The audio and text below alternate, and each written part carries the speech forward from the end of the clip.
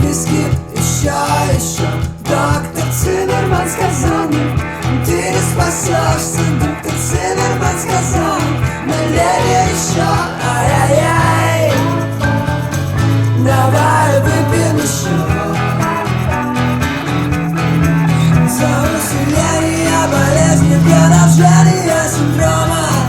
Давай выпьем еще.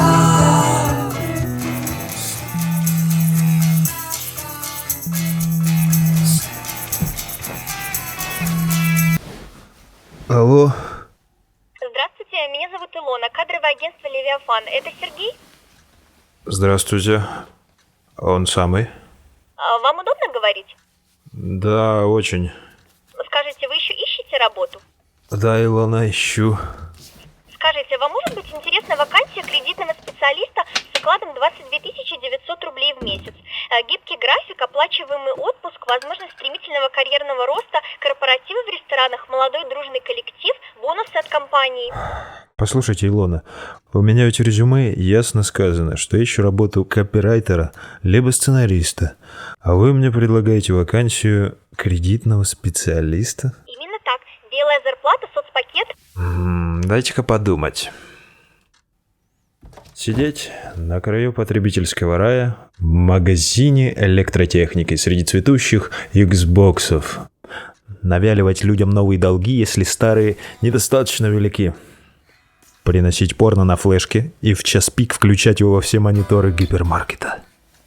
Получать за это 22 900 рублей в месяц и покупать в соседнем магазине у коллег парфюм в кредит, чтобы не так сильно пахнуть человеческими долгами. Вечерами рыдать в попкорн. Заманчивая Илона, но нет. Очень жаль.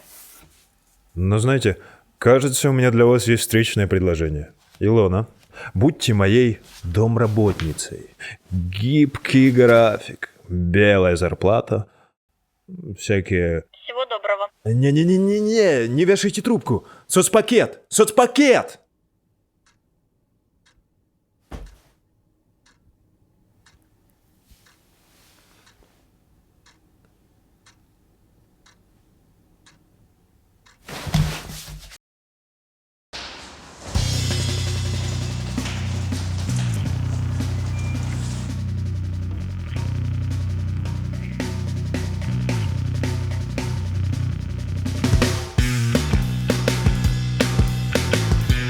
Ищу работу уже месяцев 5. Каждое утро открываю HeadHunter раньше, чем глаза. Надеваю на собеседование рубашку, чтобы выглядеть учтиво, а сверху натягиваю свитер, чтобы не казаться подхалимом. Сегодня у меня собеседование в сети магазинов одежды «Голытьба МСР».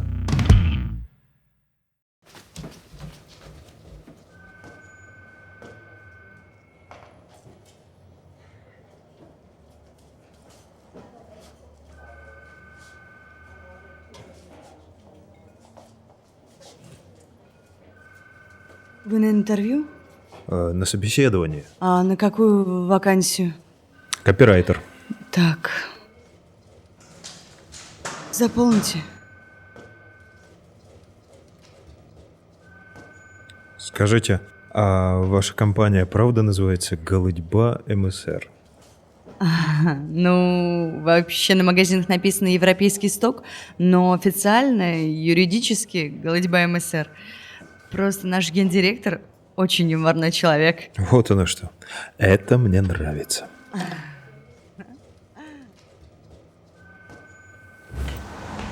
Анкеты работодателей. Ох уж мне эти анкеты работодателей. Там всегда такие странные вопросы. Когда отвечаешь на них в 70-й раз, рискуешь оказаться нетривиальным. Как вы узнали о нашей компании? Видел вещи сон. Русалка выкладывала имя вашей компании телами буревестников на скалах. Говорят, я так долго ищу работу, потому что слишком резко отвечаю. Возможно, так и есть. Но важно другое. Отвечая подобным образом, я сам анкетирую своего потенциального работодателя. Долго ли я выдержу на творческой должности, если у моего начальника будет отсутствовать абстрактное чувство юмора? Недолго. Поэтому лучше такие вещи выяснять первым делом. По каким качествам вы прежде всего оцениваете ваших коллег? Пол, юбка с высоким поясом, способность понять шутку про электрика-буддиста. С профтестами все еще проще. Там не нужно никакой смекалки. Достаточно отвечать совершенно неожиданно и противоречиво. Неважно, какие абсурдные профессиональные и психологические качества тесты выявят таким образом. Важно то, что это тестирование не сможет влезть вам в душу, а значит, не лишит парочки козырей в рукаве. Что, по вашему мнению, отличает вас от других кандидатов? Доказано, что моя ДНК не имеет аналогов в мире и уж точно не повторяется в клетках других кандидатов.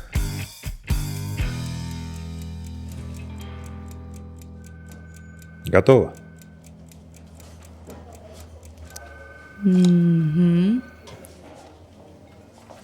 Ну, проходите в переговорную. Начальство сейчас подойдет.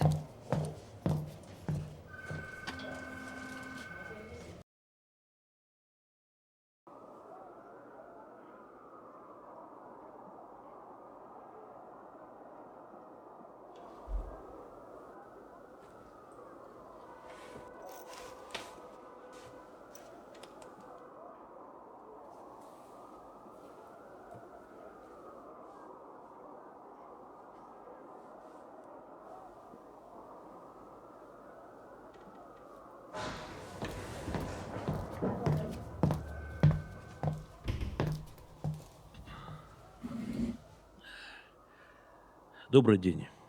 Добрый день. Я Степан, Очень приятно. а это Бронислава. Присаживайтесь.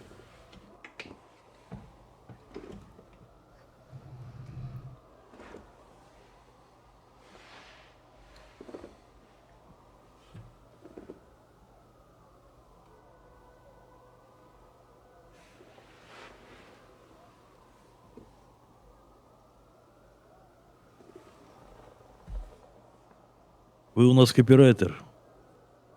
Так уж вышло. Угу. Вы где-то учились по специальности? Не совсем. Учитель русского литературы. Преподавали? Нет.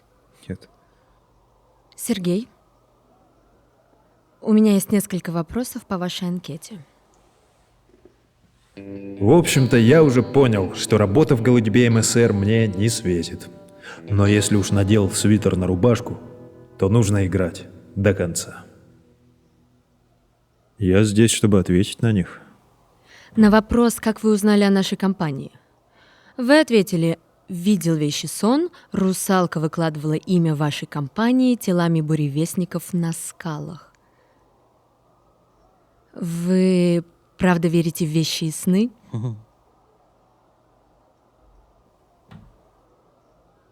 Ну, разумеется. Русалка, выкладывающая морскими птицами, голубьба МСР не может быть просто совпадением. Когда я проснулся, я сразу же загуглил это словосочетание и тут же обнаружил вашу вакансию. И вот я здесь. Кстати, согласно соннику Майя, буревестник снится именно к собеседованию. Понятно. На вопрос, почему вы хотели бы работать у нас, вы ответили: потому что зарплаты, которые вы предлагаете, хватит, чтобы выкупить часы вместе с ломбардом. Я правильно понимаю, что ваши часы находятся в ломбарде? У вас финансовые проблемы? И тут я начал понимать, что она не издевается. Черт возьми, она действительно приняла за чистую монету всю ересь, что я нес в анкете, и теперь, согласно своим стальным принципам, задает дополнительные вопросы по каждому пункту. Что ж, ладно. Видите ли, здесь дело в другом. Дело в том, что мои часы оказались в ломбарде по ошибке. Мой сосед по квартире. В тот день, когда мы разъезжались, принял мои часы за свои. И, в общем, позже в тот же день он осознал, что произошла ошибка, и бросил мне в почтовый ящик квитанцию из ломбарда, чтобы я мог часы выкупить. Но вы уверены, что сможете выкупить их вместе с ломбардом, если мы возьмем вас на работу? Ведь не факт, что он продается. Ладно, Бронислав, это уже не наше дело. Да. Ладно, хорошо. На вопрос, какую работу вы бы отказались выполнять?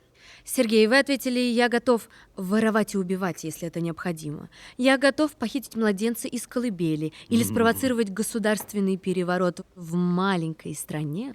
Но, умоляю, не заставляйте меня продавать что-либо. Послушайте, все мы не без греха. Я не это хотел сказать. Я просто хотел, чтобы вы поняли.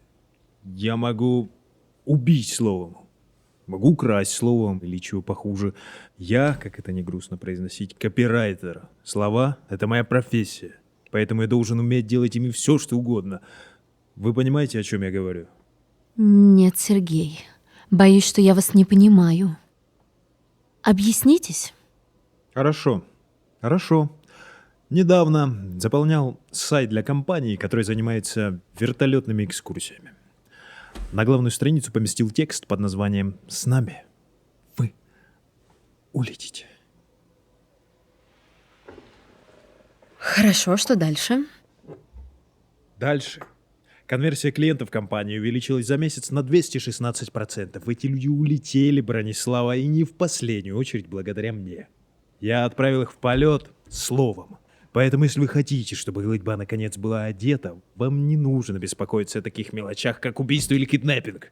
Вам нужен человек, который обращается со словом, как ниндзя с револьвером. Ваши клиенты улетят без вертолета, когда почитают мои тексты. Они будут драться на кошельках за ваши джинсовые комбинезоны. Будут проникать вентиляционными шахтами в магазины, чтобы получить чертов пуловер. Они стирут последние корпоративные рубашки с ваших продавцов, когда закончится товар на складах. А когда закончится товар на складах, привезут... Я понял, что меня понесло слишком сильно. Понял, но остановиться уже не мог. Плохо помню, что нес дальше... Да и не хочу вспоминать. Я знаю, как вы работаете. Голытьба — это судьба. Голытьба — это судьба.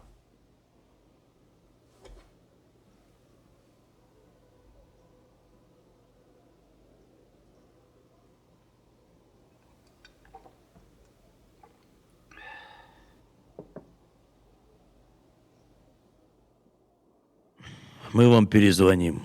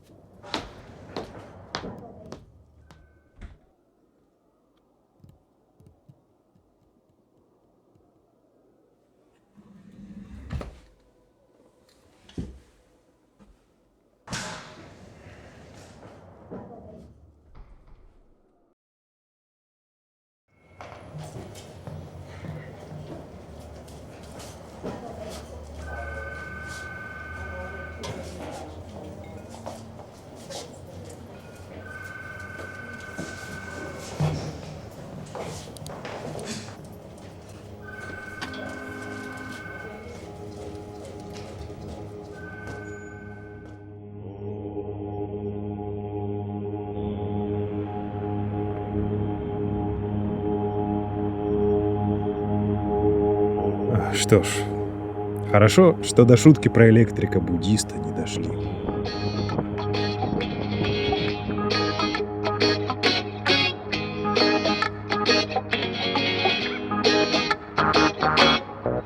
Что-то сердце завибрировало, мысли ходят вокруг да около. Я старею, к осени сильней, молодею, с мыслями о ней.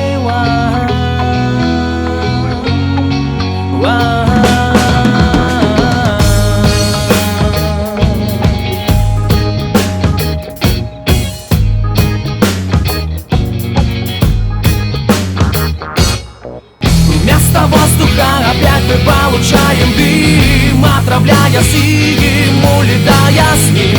Понимаю, что не может мысли быть простых, а я всего-то хотел остаться в живых, заблудившись на пути, словно слепой человек простой, не обладать судьбой.